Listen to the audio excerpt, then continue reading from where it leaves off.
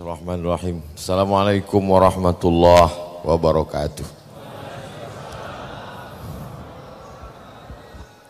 Alhamdulillah wassalatu wassalamu ala Rasulillah wa ala alihi wa sahbihi wa man da'a bi da'watihi wastanna bi sunnatihi ila yaumi liqa'i rabbih. Subhanaka la ilma lana illa ma 'allamtana innaka antal alimul hakim. Rabbi syrah li sadri wa yassir li amri wahlul 'uqdatam min lisani yafqahu qawli. Alim ulama, cerdik pandai, tokoh masyarakat, hadirin hadirat yang besar tak dihimbau gelar, yang kecil tak disebut nama. Insyaallah kita semua dimuliakan Allah Subhanahu wa taala. Amin ya rabbal alamin. Persiapan mau datang ke Batam ini, yang pertama antigen. Itu dulu. Kenapa begitu? Karena virus COVID tidak bisa berenang. Tidak ada satu pendokter mengatakan virus ini bisa berenang. Yang kedua, tidak ada pakar kesehatan yang mengatakan bahwa virus ini bisa terbang. Tak ada. Jadi yang membawa virus ini adalah tangan, mulut, dan hidung. Itulah mengapa tangan dicuci, mulut dan hidung ditutup. Belum ada yang mengatakan virus ini masuk ke telinga. Andailah virus ini bisa masuk ke telinga, tak bisa kita ceramah karena pakai sumbat semuanya. Tidak bisa. Maka persiapan sebelum datang ke Batam, dulu rapid test, meningkat menjadi antigen. Setelah habis laku rapid test sama antigen, nanti swab. Sesudah habis laku swab, barulah apa namanya? Vaksin. Nah, tahu aja apa yang mau dijual nih. Ini persiapan. Kemudian pengumuman. Yakinkan bahwa Anda naik pesawat yang benar. Bolak balik diumumkan. Supaya apa? Jangan sampai salah naik pesawat. Kebetulan kejadian. Begitu kami sampai masuk ke pesawat, dua orang yang udah ke tengah keluar balik. Saya tanya, kenapa Pak salah naik pesawat? Mau ke Jakarta naik pesawat Batam. Bisa rupanya salah naik pesawat. Itu sejak itu saya hati-hati betul nih. Jangan sampai naik. Jangan sampai salah naik pesawat. Karena kalau sampai salah sakitnya tak seberapa, malunya. Macam bongkak muka. Apalagi kalau sampai saya salah. Besok keluar berita di Detik. Ustadz salah naik pesawat. Lalu kemudian koper jangan terlalu berat. Karena nanti kalau terlalu berat overweight. Overweight berat sekilonya berapa. Lalu kemudian selama dalam pesawat itu hati-hati, jangan asik main-main handphone, nanti ditegur sama pramugari. Pak, bukan mau tahu dia ustadz apa? Ustadz ditegurnya juga. Kok tahu ustadz? Saya beberapa kali kena. Ini persiapan mau ke Batam. Di Batam ini berapa lama? 2 malam. Sesuaikanlah pakaiannya. Maka dibawalah pakaian batik 2, baju putih 2, baju Melayu 2. Supaya apa? Supaya jangan sampai berapa kali pengajian baju tak berganti. Tengok sama jamaah, Ustadz nih susah betul. Sampai baju tak berganti. Makanya kemarin di Bintan pakai batik, sekarang pakai koko. Nanti di kantor IKADI siang pakai baju Melayu. Ini supaya apa? Supaya nampak orang Bajawa banyak. Sorban gitu juga. Ada sorban hitam, ada sorban biru, ada sorban hijau, ada sorban merah. Tergantung partai yang mengundang. Ini semua persiapan untuk ke Batam. Bagaimana persiapan untuk akhirat? Kan itu judulnya kan. Jadi jamaah ini biar mudah dia membayangkan, mengilustrasikan, digambarkan dulu. Ustaz, nanti kita mau pergi umroh. Iya, umrohnya paket yang 12 hari apa yang 15 hari? Nanti kita kemana dulu? Apakah dari Batam langsung terbang ke Madinah, atau transit dulu melalui Jeddah, nanti dari Jeddah naik bis? Kita ini nanti di Madinah berapa hari? Dari Madinah nanti ke Makkah berapa hari? Habis itu apakah singgah dulu ke Turki atau ke Mesir atau pulang kemana? Ditanyanya semua. Maka siaplah semua. Kenapa Bapak penuh betul koper nih Pak? Semanalah Pak Ustadz, aku nih kalau tak makan makanan Arab nih tak selera. Jadi penuhlah bumbu pecal, sambal belacan, ikan teri apa penuh. Sampai di airport King Abdul Aziz berbunyilah detektor logam. Heboh semua pemerintah Saudi Arabia, disangka narkoba. Malah ditengok, rupanya ikan teri bercampur sama minyak angin. Kalau minyak angin itu bau ikan teri tak apa-apa, ikan teri itu bau minyak angin. Hanya untuk persiapan umroh 12 hari. Begitulah orang ketakutannya. Takut tak makan, takut nanti kalau sakit perut, takut nanti kalau batuk, tak pandai bahasa Arab dibawa obat dari sini. Banyak juga jamaah umroh itu tak bawa obat dari sini, sampai ke sana ke apotik ditanya sama orang Arab, istibawa, istibawa, what do you want? Kau nak beli apa? Tak tahu dia batuk. Batuk bahasa Arabnya su'al, mencret ishal. Jadi ini semua adalah persiapan. Jadi apalah persiapan untuk akhirat sesuai judul yang dikasih oleh panitia. Yang pertama, kalau tadi masuk ke airport, sekarang masuk ke pintu akhirat adalah mati. Maka mesti matinya itu jangan mati bawa antigen, jangan mati bawa rapid test, jangan mati bawa vaksin. Matinya sesuai dengan hadis Nabi, man qala la ilaha illallah dakhalal jannah. Maka yang pertama disiapkan untuk masuk ke pintu gerbang akhirat namanya kematian adalah mati dalam keadaan la ilaha illallah, namanya husnul khatimah. Makanya setiap tahlil afdalu dzikri fa'lam annahu la ilaha illallah hayyun maujud, hayyun maha hidup, maujud maha ada, la ilaha illallah hayyun maqsud, hayyun maha hidup, maksud hanya dia yang dimaksud, dia yang dituju, tak ada yang lain, fokus. La ilaha illallah hayyun baqa, hayyun maha hidup, baq kekal, yang lain tak ada kekal, hidup itu tak kekal, rumah itu tak kekal, harta itu tak kekal, keluarga itu tak kekal. Yang kekal hanyalah akhirat, yang kekal hanyalah Allah. Akhirat itu pun akan musnah dan hilang. Pintu masuk pertama, tiketnya adalah la ilaha illallah. Setelah itu la ilaha illallah, la ilaha illallah, la ilaha illallah, la ilaha illallah Muhammadur Rasulullah sallallahu alaihi wasallam. Kalimatu haqqin 'alaiha nahya, dengan itu kita hidup. Wa 'alaiha namutu, dengan itu kita mati. Wa biha nub'atsu, dengan itu nanti kita akan dibangkitkan di padang mahsyar. Persiapan untuk akhirat yang pertama, memperbanyak la ilaha illallah. Saya yakin habis subuh tadi tak ada zikir la ilaha illallah, itu karena ada tausiah. Kalau tak ada tausiah, jangan sampai tinggalkan zikir la ilaha illallah selepas sembahyang. Tiap selesai sholat sesikit-sikitnya 40 kali. 1, 2, 3, 4, 5, 6, 7, 8, 9, 10, 11, 12, 13, 14, 15, 16, 17, 18, 19, 20. Sekali genggam 20, 2 kali genggam 40. La ilaha illallah, la ilaha illallah, la ilaha illallah, la ilaha illallah, la ilaha illallah, la ilaha illallah, la ilaha illallah, la ilaha illallah, la ilaha illallah, la ilaha illallah, la ilaha illallah, la ilaha illallah.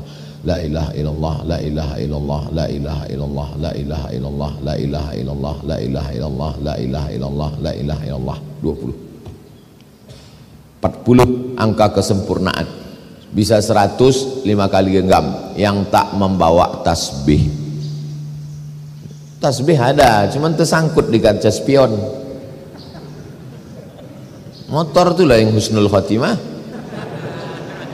Awak su'ul khatimah. Telinga ini mesti sering mendengar la ilaha illallah. Kenapa? Karena dia kalau selalu mendengar selalu terngiang. Apa yang selalu didengar itulah yang selalu terngiang. Kalau selalu mendengar la ilaha illallah waktu mau tidur malam, pas mau tidur malam antara kata orang tidur ayam, antara tidur dan jaga tuh mau dia terngiang la ilaha illallah, la ilaha illallah, la ilaha illallah, la ilaha, mau terngiang. Bapak kalau ibu kalau banyak zikir tuh mengigau pun mau dia, mau tidur malam terngiang. Tapi banyak orang sekarang terngiang TikTok. Itu yang selalu datang. Berapa kali kita dengar la ilaha illallah? Asyhadu an la ilaha illallah. Maka dijawabnya asyhadu an la ilaha illallah. 2 kali azan subuh. Habis itu qomat. Allahu akbar, Allahu akbar. Asyhadu an la ilaha illallah. 3 kali. Tahiyatul masjid. At-tahiyatul mubarakatuh sallallahu alaihi wa assalamu alayka ayyuhan nabiy wa rahmatullahi wa barakatuh. Assalamu alayna wa ala ibadillahi salihin. Asyhadu an la ilaha illallah. 4 kali. Qabliyah subuh. Asyhadu an la ilaha illallah. Pas Allah tu telunjuk naik ke atas. Asyhadu an la ilaha illallah. Mazhab Syafi'i. 5 kali. Salat subuh. 6 kali. Salat sunat isyraq. Matahari terbit jam 6. Jam 6 lewat 12 habis waktu terlarang. 12 menit baru salat sunat isyraq 6 kali. Salat duha 7 kali. Salat qabliyah zuhur 4 rakaat. Salat zuhur, ba'diyah zuhur, tasawuf awal, tasawuf akhir, qabliyah asar, salat asar, tasawuf awal, tasawuf akhir, qabliyah maghrib, salat maghrib, ba'diyah maghrib, tasawuf awal, tasawuf akhir, qabliyah isya, salat isya, ba'diyah isya, tasawuf awal, tasawuf akhir, bangun malam, salat sunat wudu, salat sunat taubat, salat sunat hajat, salat sunat tahajud, salat sunat witir. Berapa kali itu Pak Ustaz? Hitunglah. Takkan aku juga ngitung lagi. Jadi apalah guna banyak-banyak syahadat itu? Supaya lulus tiket pertama mati dalam keadaan la ilaha illallah. Laqinul mautakum, talqinkan ke telinga orang yang mau mati itu. Hadis sahih. Laqinu, talqinkan. Talqin ada 2. Talqin sebelum mati, talqin sesudah mati. Dua-duanya sahih. Talqin sebelum mati, waktu sakratul maut dibisikkan ke telinga sebelah kanan, la ilaha illallah. Kalau dia banyak berzikir la ilaha illallah, afdhalu zikri fa'lam annahu la ilaha illallah, insyaallah mudah. Bapak yang berpengalaman mentalkinkan orang di ruang ICU yang kerja di rumah sakit, ibu yang berpengalaman mentalkinkan orang mati, ceritakan pengalaman-pengalaman itu, tapi jangan sebutkan nama, menjaga kode etik jurnalistik, nanti tersinggung anak cucunya. Gimana pengalaman ibu waktu mentalkinkan? Oh, waktu mentalkan bini Pak Anu tuh payah betul. Yang mana tuh? Itu yang suka arisan, asik mengambil duit orang, sakitlah hati dia. Tak boleh sebut nama. Cerita pengalaman hanya supaya orang takut mati su'ul khatimah dari pintu awal bersalah. Bagaimana? Maka na'udzubillah. La ilaha illallah. Berapa harga emas sekarang? Na'udzubillah. Maka ini pintu yang pertama. Mudah-mudahan kita ini semua mati dalam keadaan la ilaha illallah. Rasa-rasanya hampir tak pernah saya tinggalkan doa dalam pengajian. Allahumma ja'al akhira kalamina inda intihai ajalina qawla la ilaha illallah. Allahumma ja'al, ya Allah jadikanlah akhira kalamina, akhir kalam kami, inda intihai ajalina, ketika ajal kami sampai, qawla la, tidak mesti bahasa Arab. Yang tak pandai bahasa Arab tak usah pakai bahasa Arab, pakai bahasa kita aja. Ya Allah, jadikanlah akhir kalam aku waktu ajalku sampai, malaikat maut datang mencabut nyawaku, yang terakhir keluar dari mulutku la ilaha illallah. Pak Ustadz, jadi kalau ada orang mati tak sampai ke ujung la, tak boleh kita suuzon. Boleh jadi di mulutnya nampak tak sampai, tapi di hatinya sampai. Jangan nanti, ini perlu saya jelaskan. Saya takutnya bukan terjadi pada jamaah, ke saya jadinya. Gimana kau tengok? Datang ke waktu Ustaz Somad Sakratul Maut, datang aku menengok. Ini ada videonya kusimpan. Gimana? Tak sampai ke ujung. Baru lah, katanya mati. Aku ragu aku Ustaz Somad itu masuk surga. Aku bilang, tak boleh. Uzkuru mahasina mautakum. Orang yang mati itu sebutkan yang baik-baiknya saja. Gimana si fulan itu selama kau kenal ada yang tak baik? Selama aku kenal satu pun tak ada yang tak baik. Maksudnya satu yang tak ada, beribu tak baik. Jangan sebutkan. Karena kalau orang hidup masih sempat kita datang Idul Fitri minta maaf. Orang mati kapan lagi kita minta maaf sama dia? Andai betul perbuatan itu tetap dosa, namanya dosa riba. Andai tak betul maka fitnah. Dua-dua. Andai betul yang kita cakapkan itu tetap berdosa, apa namanya? Riba. Andai tak betul, fitnah. Dua-dua tak ada betulnya. Maka ceritakan yang baik-baik aja. Gimana si fulan kemarin waktu meninggal? Alhamdulillah, ku tengok bibirnya bergerak. Apa yang dicakapkannya? Rasa-rasanya macam bunyi la ilaha illallah.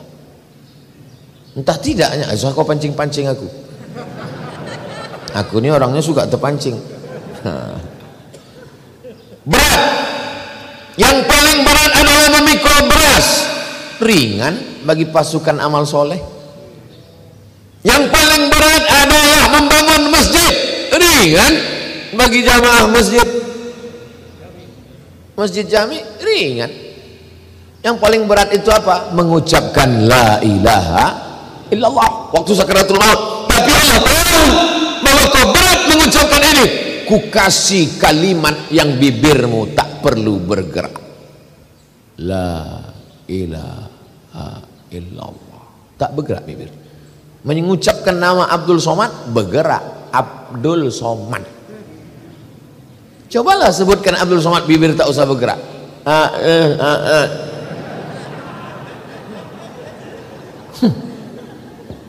Tapi mengucapkan la ilaha illallah bibir tak bisa, tak mesti bergerak. Orang yang sudah kena COVID dimasukkan ventilator, apa ventilator? Paralon.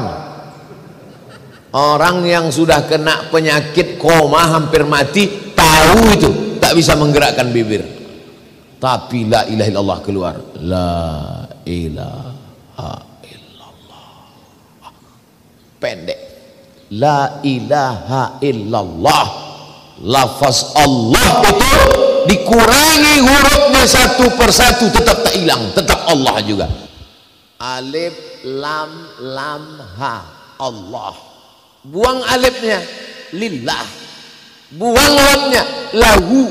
Buang lamnya hu. Mati dalam keadaan hu Allah juga.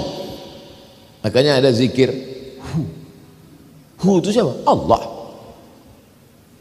Allah, Allah, Allah. Zikir tunggal. La taqumus sa'ah. Tak akan terjadi hari kiamat selama masih ada orang berkata Allah, Allah.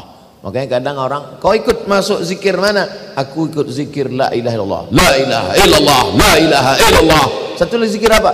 Zikir guru kami lain. Apa bunyinya? Allah, Allah, Allah, Allah, Allah, Allah, Allah.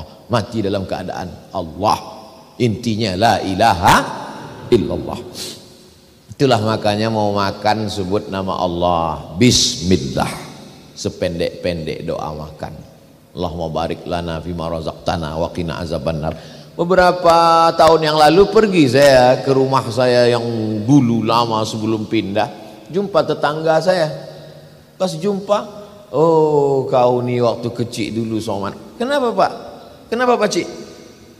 Dulu waktu kau kecil, Pak Cik kasih tahu, Mat, baca doa. Tak usahlah Pak Cik, tak sedap lauknya. Ingat dia, udah tua ada bapak itu. Mau sedap tak sedap lauk, bacalah bismillah. Merubah makanan itu menjadi ibadah.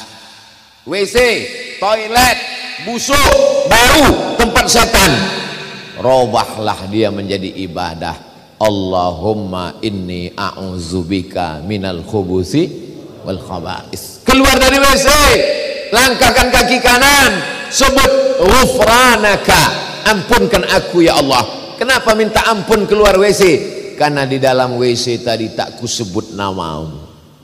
Tak boleh nyebut nama Allah dalam WC. Berwuduk dalam WC, bismillahnya tak boleh dijaharkan di mulut, dalam hati aja. Kalau tak ada WC, lubang WC di dalam, hanya keran air, boleh.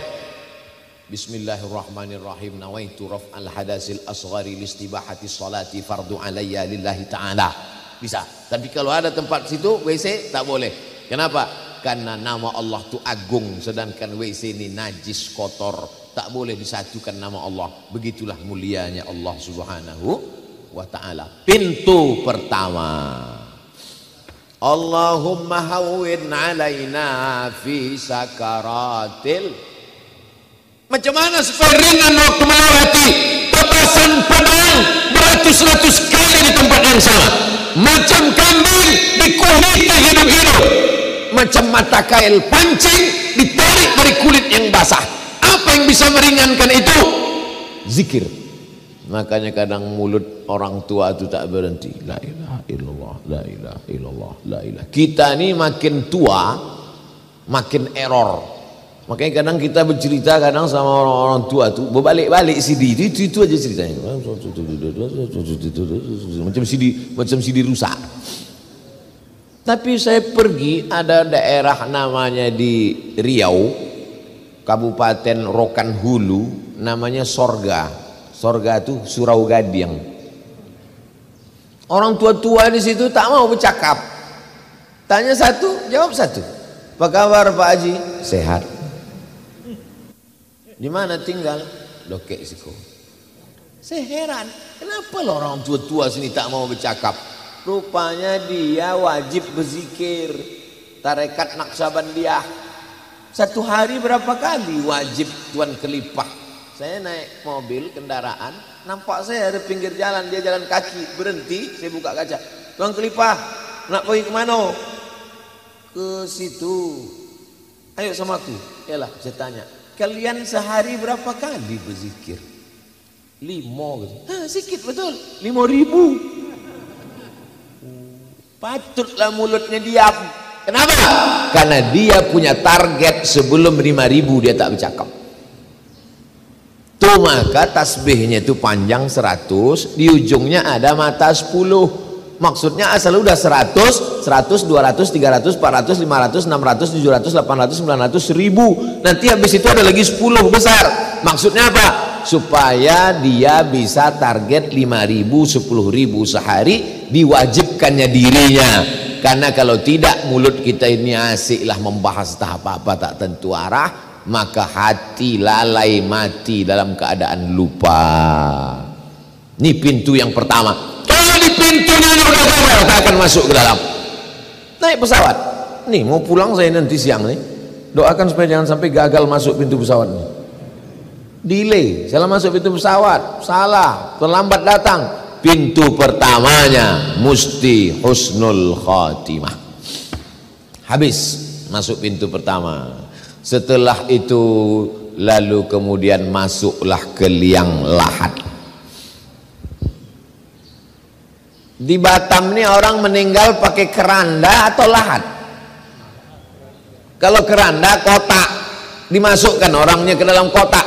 Tapi kalau lahat digali pinggir kubur itu, buat lubang kecil, lalu kemudian hidung jenazah itu menyentuh dinding. Jadi kalau inilah dinding, ini dinding tanah kubur tuh, inilah jenazah, dimasukkan ke dalam, nanti ditutup pakai papan, hidung jenazah ini dibuka kain itu, disunnahkan hidung jenazah tuh menyentuh dinding. Maka buat tempat tidur itu menempel ke dinding kamar. Ini tempat tidur, buat dia menempel ke dinding kamar. Di sini bantal, waktu tidur miring kanan, tempelkanlah hidung tuh ke dinding. Anggap kalau kau mati, matilah malam ini. Geladi kotor. Coba nanti malam. Jangan sekarang, habiskan dulu ceramah nih. Mereng ke kanan, orang mati itu kan telentang, yang telentang itu ICU. Mereng ke kanan, hidung menempel ke tanah. Itu makanya orang mati dalam kubur itu didoakan supaya kuburnya seluas sejauh mata memandang. Kenapa lah orang mati itu didoakan supaya matanya sejauh mata memandang? Karena hidungnya menempel ke tanah. Kalau hidung menempel ke tanah, apa nampak? Didoakan supaya matanya sejauh mata memandang. Jadikanlah kuburnya ya Allah seluas sejauh mata memandang, tak berbatas. Kaki tukang gali kubur itu mengukur kubur itu tidak pakai meteran, pakai buluh, pakai bambu. Kenapa tak pakai meteran? Supaya penggali kubur tidak dipersalahkan oleh keluarga. Nanti waktu dikubur tiba-tiba lubang itu menyempit. Sudah diukur tinggi badan, panjang tubuh 175 cm, digali 175, pas mau dimakamkan bertekuk lutut tuh, memendek lubang. Disalahkan tukang gali, salah gali. Tidak, aku tak salah, aku ngukurnya bukan pakai meteran. Nih buluh mana bisa dipotong.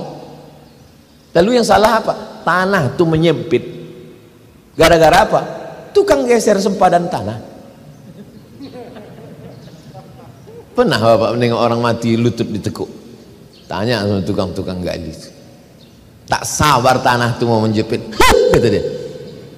Dulu orang mengukur sempadan tanah, digeser pulang geser.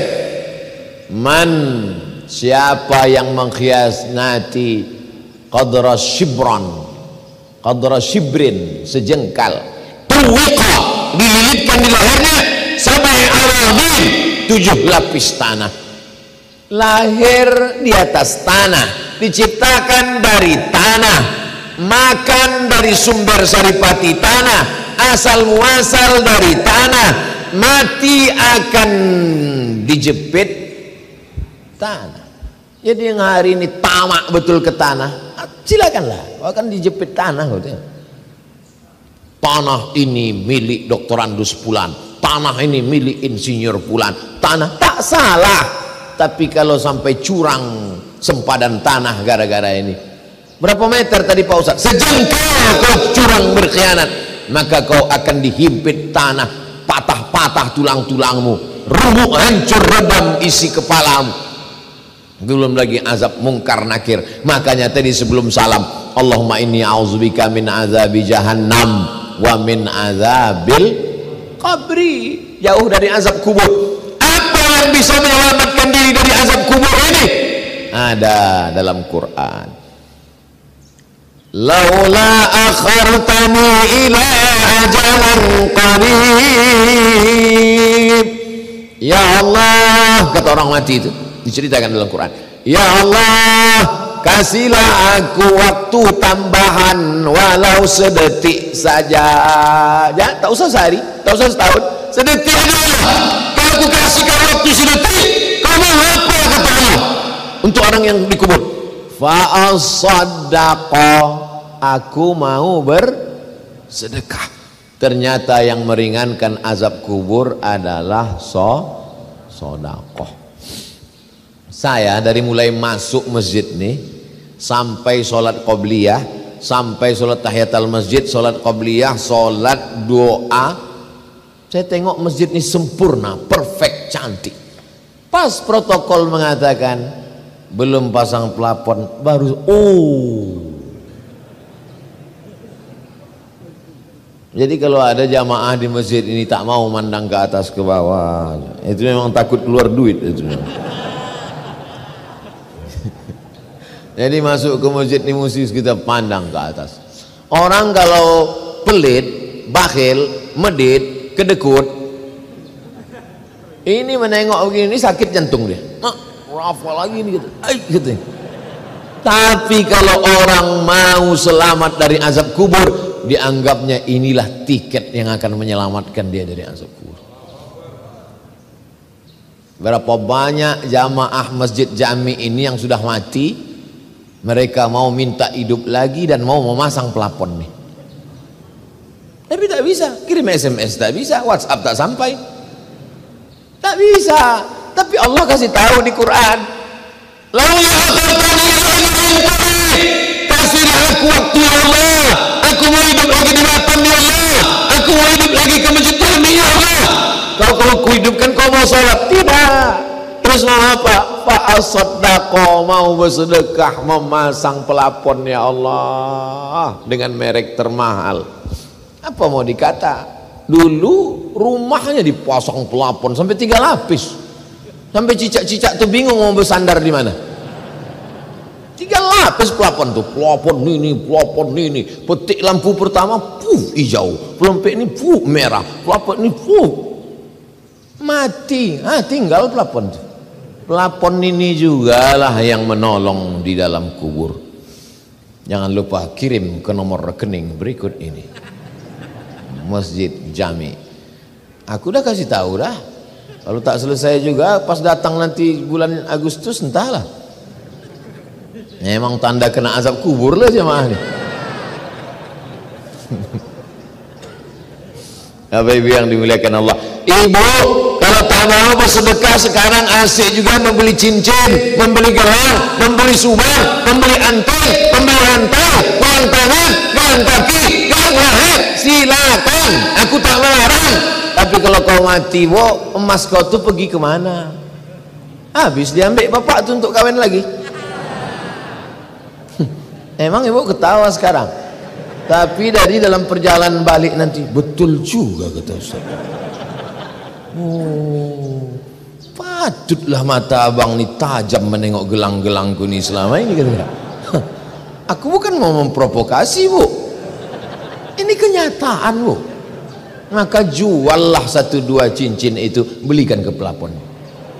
Selamat ibu dari azab kubur.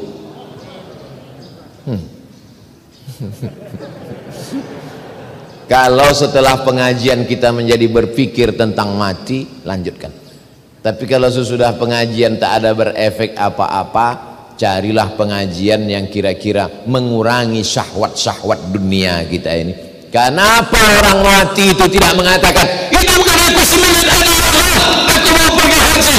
Karena haji pahalanya baru nampak nanti ketika masuk dalam surga. Wal hajjul mabrur, haji mabrur, laisa lahu jaza illal jannah, balasannya surga nanti.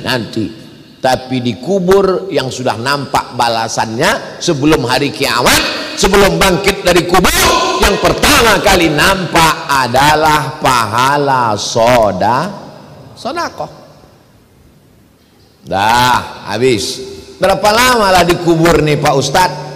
Nanti Bapak Ibu kalau ke Pekanbaru, pergi ke daerah Kampar Kiri arah ke Kuantan Singingi, ada di situ tertulis makam sebelah kanan setelah lipat kain, makam Syekh Burhanuddin 1111, artinya 1111. Sekarang 2021,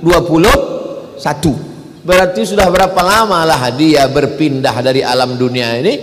2010 tahun, 1111. Sekarang 2021, 910 tahun. Hidup di dunia 63 tahun. Kalau tak kena diabetes, jantung koroner, covid, Anggap aja lah husnuzon 63 insya Allah, amin.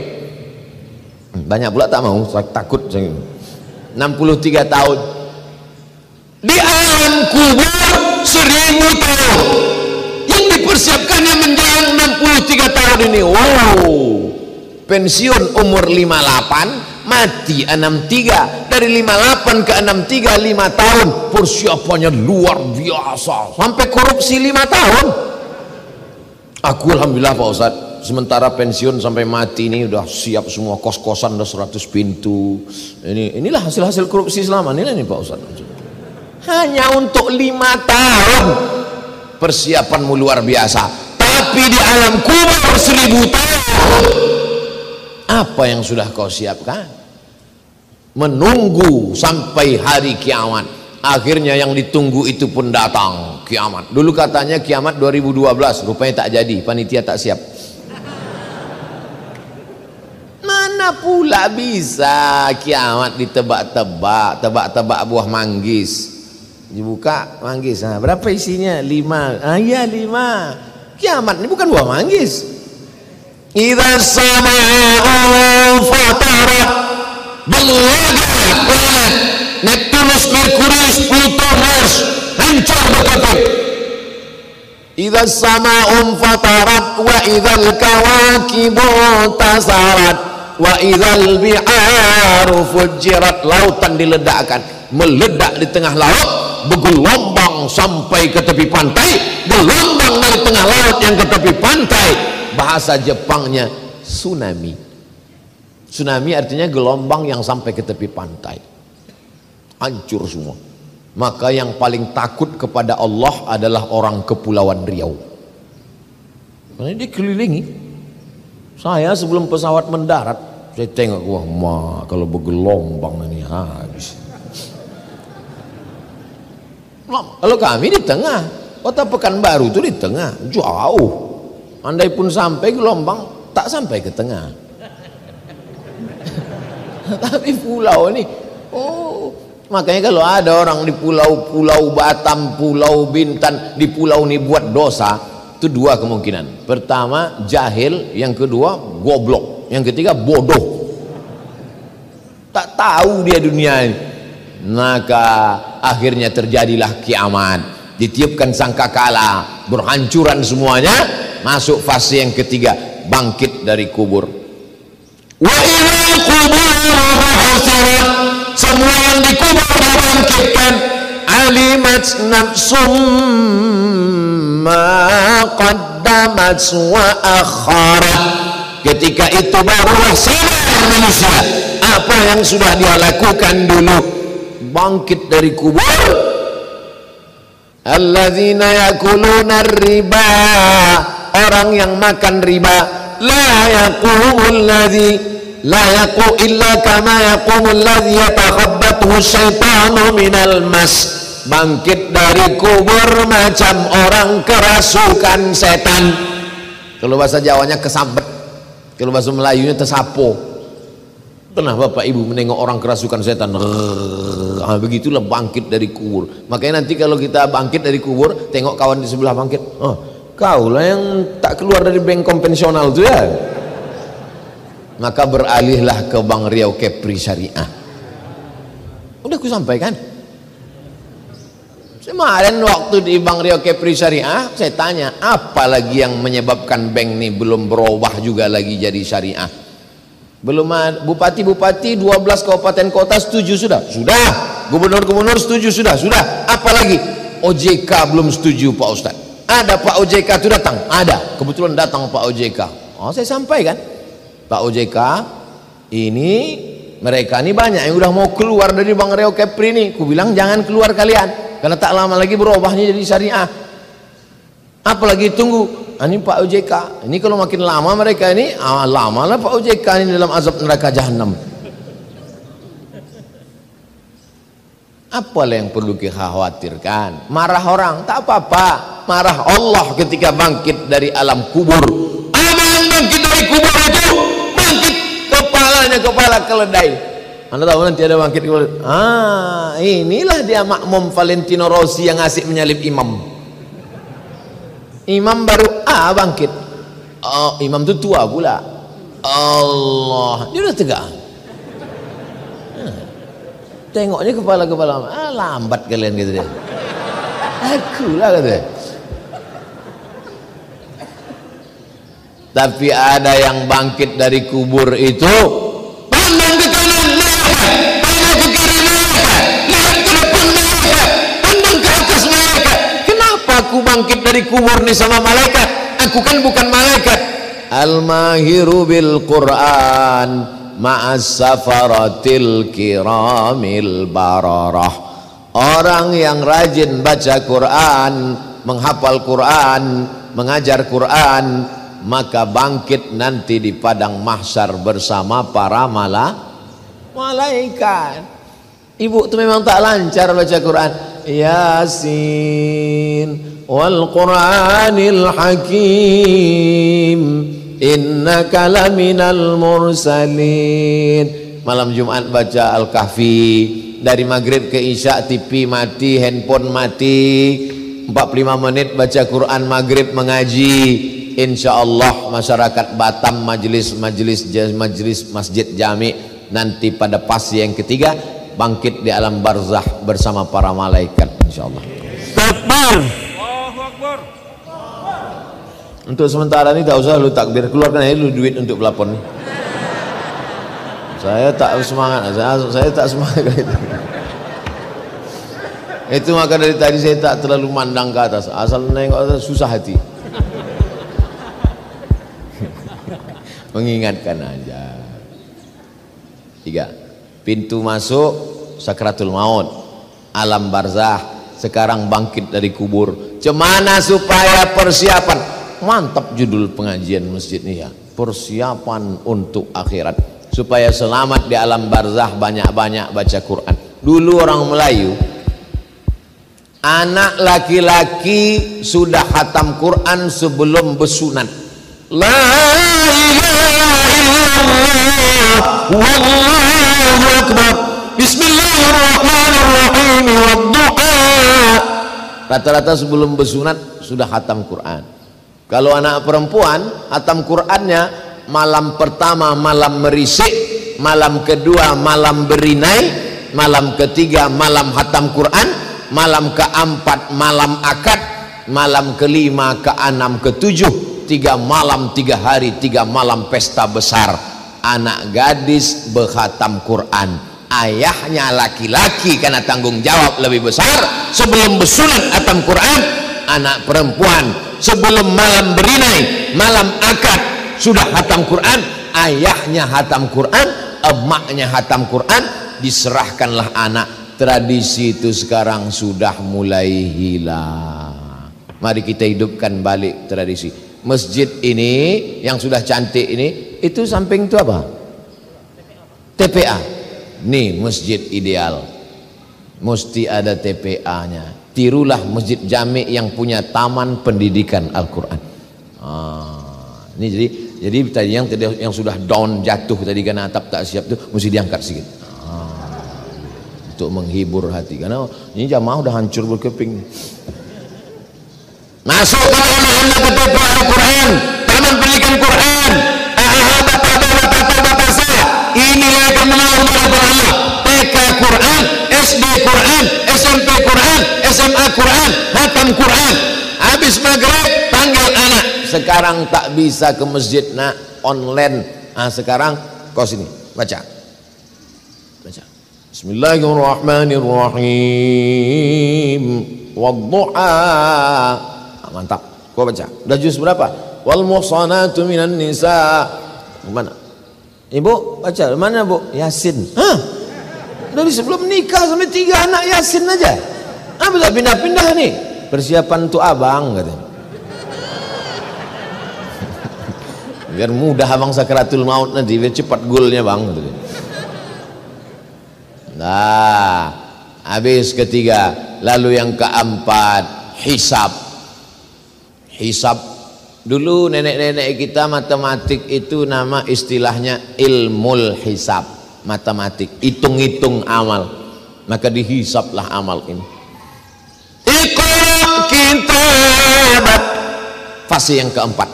baca buku catatan amalmu. Kafa binafsikal yauma alaika hasiba. Cukuplah buku catatan amalmu itu yang akan menghisap, menghitung segala perbuatanmu. Maka dihisaplah segala perbuatan kita.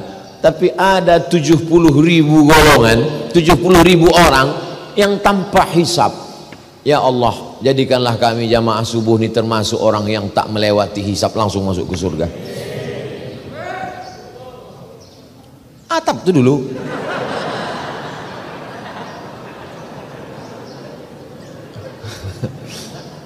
Memang saya kalau udah berdoa tentang selamat dari hisap nih, rasa-rasa jauh panggang dari api. Tapi tak boleh kita putus harap. Tetap saya kalau berdoa minta surga Jannatul Firdaus, sampai tak amalku ke situ.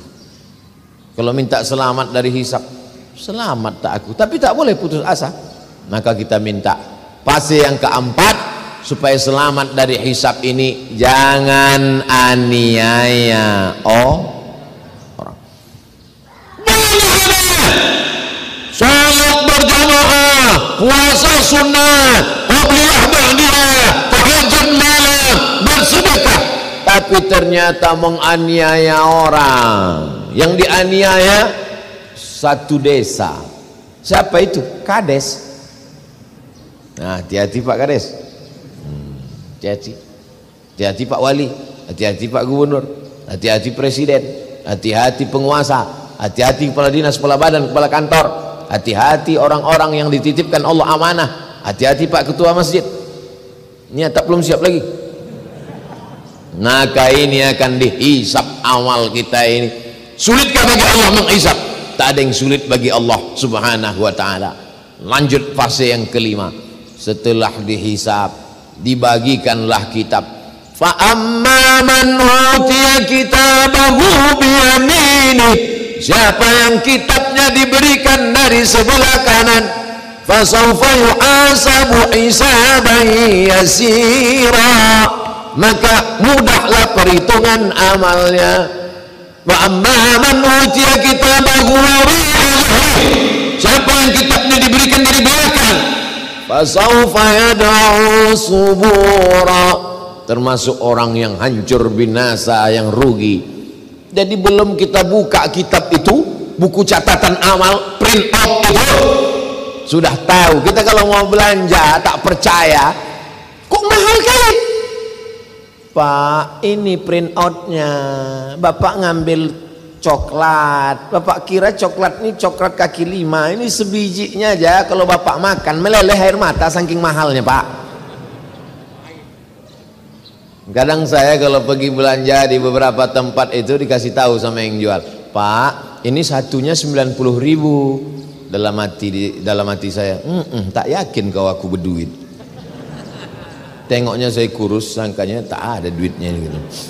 Memang tak ada. Bukan, kalau kita belanja nanti tukang jaga itu ngomong begitu, jangan tersinggung.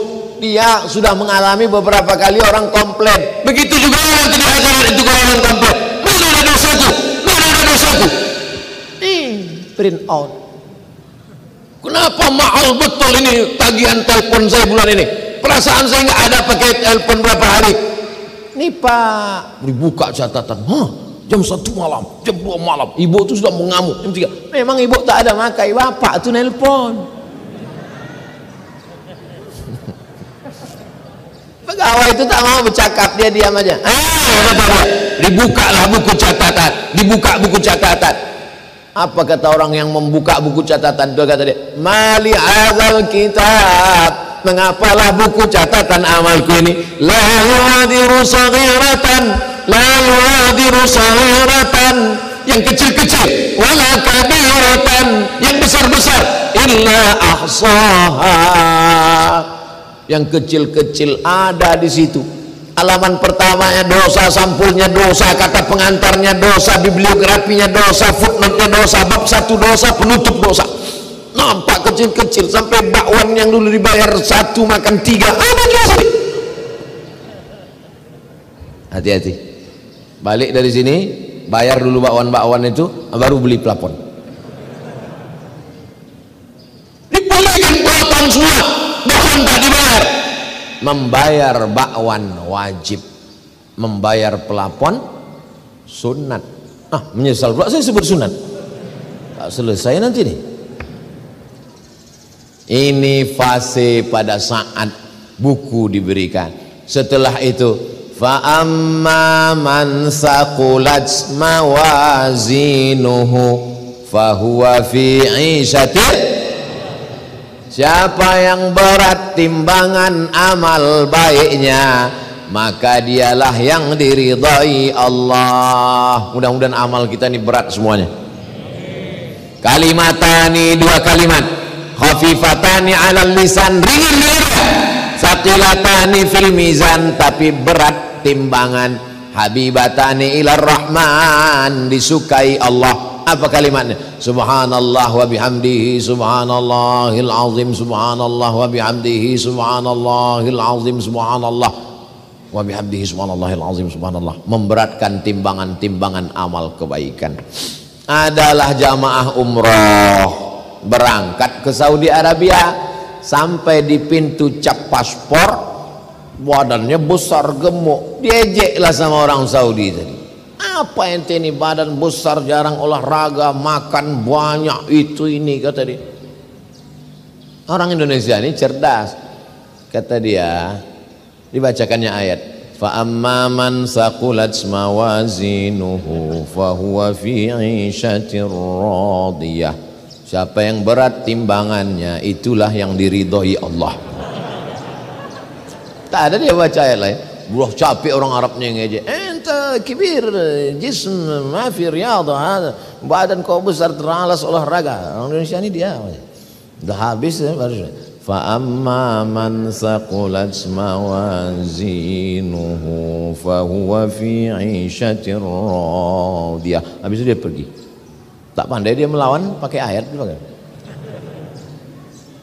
Jadi tidak ada yang bisa menolong kita kecuali amal kita sendiri.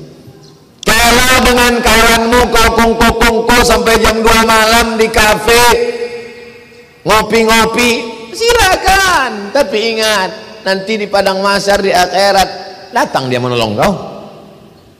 Kalau kawan-kawan di grup WhatsApp itu kira-kira bisa menolong kita, selalu menasihati, kata peganglah dia sebagai kawan sahabat, karena dia yang akan menyelamatkan kita nanti di hadapan Allah Subhanahu wa taala. Lalu kemudian sampailah puncaknya haud telaga. Nabi sallallahu alaihi wasallam melihat telaga, semua umat Muhammad akan minum di telaga itu. Kata Nabi, ada telaga, kolam air. Inna a'tainakal kautsar, telaga. Lalu kemudian siapa yang akan minum di situ ya Rasulullah? Yang akan minum di situ adalah ikhwani. Kamikah itu ya Rasulullah?